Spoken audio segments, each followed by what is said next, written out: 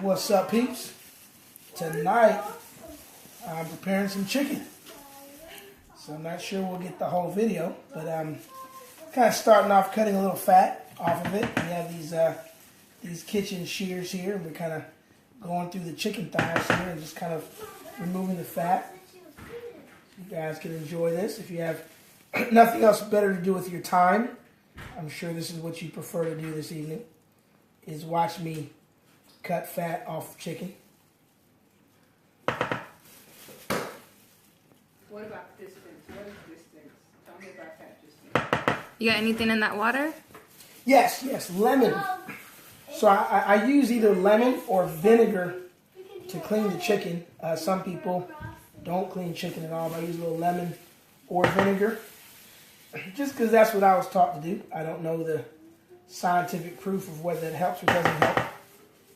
I'd imagine once you cook food, most of the germs are killed through the cooking, but I do that. We do that around here.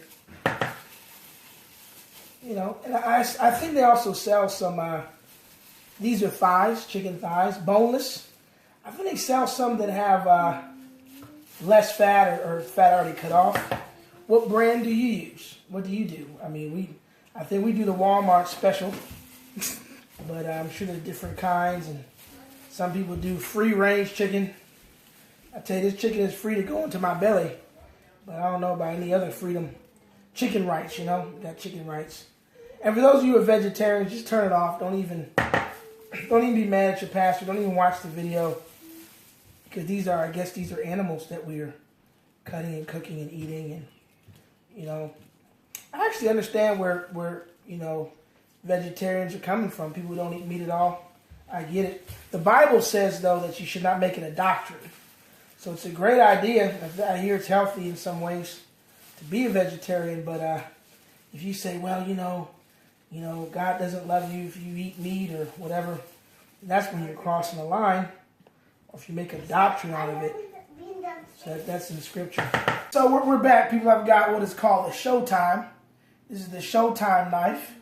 I got a good deal online with this. So we've got our chicken that we've got most of the fat off of it. And so I asked my wife how does she want me to prepare this chicken. You know, the leg and the thigh, it has more fat than the breast. But one thing about the thigh is however you cook it, you know, you have to be a really, really, really bad cook to mess up chicken thigh meat. If you're having problems before you cook again, you need to come to Revive Church and get some deliverance. Have us pray for you, and then you can go back and try again. But it takes more of a master skilled cook to do chicken breast and make sure it comes out tender and moist and so forth. Some folks just burn everything. It's just dry and just nasty and all that.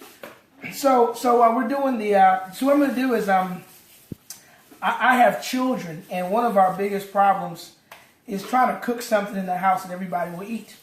I'm not finicky. My wife's not finicky. We'll eat grass if we need to, but or dirt. But the children, because it's important for them to eat as well, we have to find some creative things. What I'm gonna do is I'm gonna cut my chicken in pieces like this, kind of like slivers, and what this does for me is I can cook it, I can stir fry it, I can do different things with it. It's not too small, not too big. We can make fajitas out of it, and even after it's cooked, it puts you in a position where they can also cut it later if you want to do something. One of the things too with cooking that some people don't like to cook, you see these pieces right here? One thing that people don't like to cook is because if it takes too long and it's kind of not fun and that kind of stuff. So I found that when you do chicken breasts or even chicken thighs like this, you can get a whole lot cooked on the stove. And one of the things that I do is I do a lot of cooking without oil. I can cook some great food without using a lot of oil and that kind of stuff, because I hear that's the stuff that kind of clogs up your arteries and so forth. So we're going to get these into chunks, and also when you get them into smaller chunks, things cook faster. When you take a piece of chicken like this and you bake it, cook it, or fry it, this looks like a piece of chicken cordon bleu, where you've got your stuff mixed in, and that's fun. But the thicker the chicken, the thicker the meat, it's harder for the heat to get to it. I just splashed myself. To get to the inside. But when you do it in cubes or you do it in slivers like this, then very quickly the heat can get to it, get through it, and you can be done cooking in minutes instead of hours. In minutes, you said? In minutes. A piece like this with his brothers and sisters, gonna put them all together in the frying pan. I would say in less than 2 minutes, about 2 minutes or so, I can have a piece like this cooked and ready to go. And use Montreal chicken just to kind of keep your seasoning consistent. And I've got a situation, you've heard that you got to soak chicken overnight or do whatever. But sometimes when you're like me, you don't have time for all that foolishness. You just have to go for it and just cook. So I need to find something here to stir my cooking as I do my cooking. Tonight I'll go ahead and go with the wooden deal. Now what I use is I've got a Tefal pan here.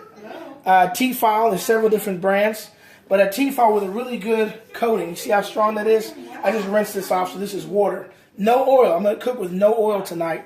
When you have a good nonstick pan, good quality nonstick pan, you really don't need oil. Let's fire it up. Let's get down there for that fire. The gas is on, and bam, there it is. I cook with gas because there's really no other way to cook. All right, so here we go. So what's going to happen is instead of pre-seasoning my chicken, I'm just going to go ahead and get my chicken in there, cook it and season it as I cook. And then we'll have some folk let you know whether they think it tastes good or not. Between medium and high. Got a nice big pan to kind of spread it out. You know, pans usually heat more in the center. So I kind of like to work things around the side, pass it through the center. Stuff you leave in the center will usually burn faster than the other stuff. So let's go. We got it going. The pot's nice and hot. We'll just go for it. Let you know how quick this can be. I like to pull my chicken out because as you do that, you leave all the extra water behind. And the less water, the better, because you don't need water for something like this. Almost like a little stir fry feel and effect. And it's great to chop up onions and all that, but I'm tired. I got a lot going on. And so I cook my chicken, make it really nice, and you can always add stuff later. And this kind of chicken, when you're finished, you can do several different things with it. See, that's good if you want to film that. You want to go ahead and lay your chicken out so it's not too clumped. And each piece of chicken can get to the fire, you know. Lord Jesus, it's a fire. It's a fire. So you can see they're already sizzling. Look at that, no oil. We're deceived, y'all, brethren, thinking you got to put oil on everything, and you don't. Some of y'all need oil on your forehead. That's about it, but you don't need to have oil for cooking, especially if you have a nonstick pan, a quality nonstick pan. We got a few more pieces in there, and especially for us, you know, we have like 312 children, so it's a lot of people to cook for. As long as the piece is touching the fire, you see they're sizzling already. No oil, no oil at all.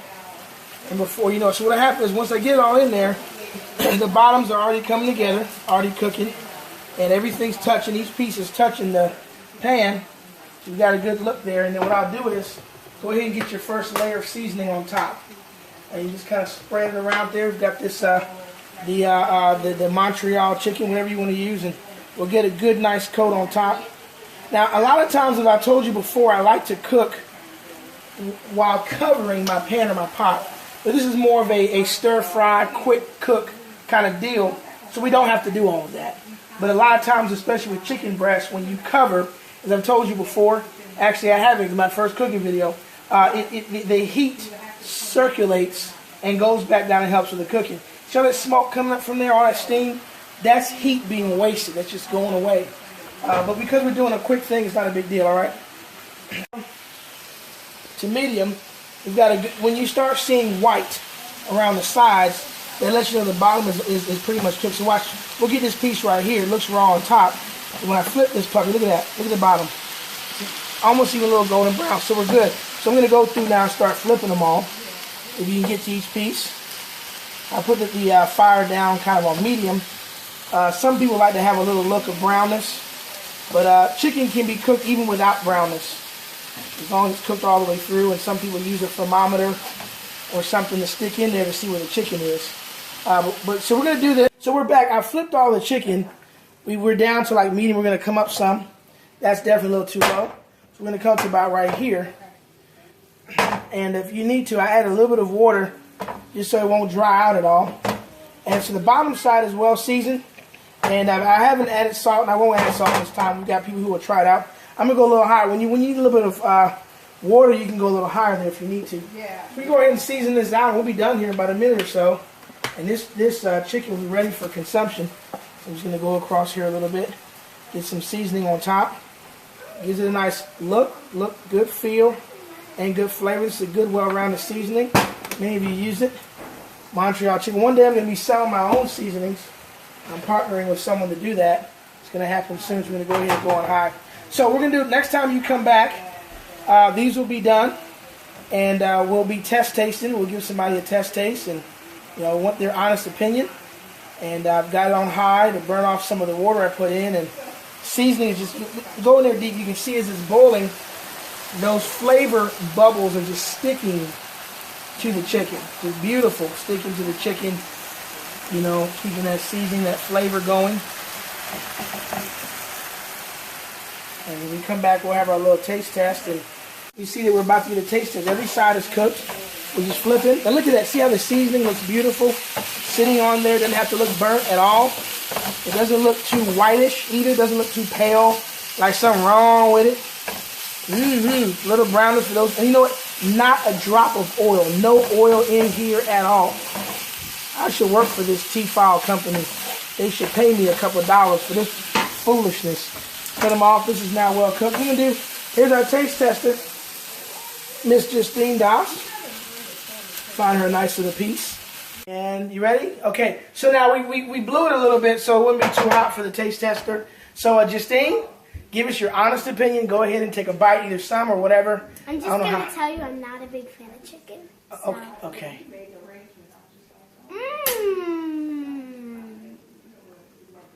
Very good. Is it too hot for you? Very good. Very good? Very good. All right. Well, there you have it, Pastor Doss's chicken moment. God bless you. We'll see you next time. I don't know what the video is going to be about, but it's going to be about something. God bless you. Keep loving Jesus, and go to revivethecity.com to find out more about our ministry. Peace.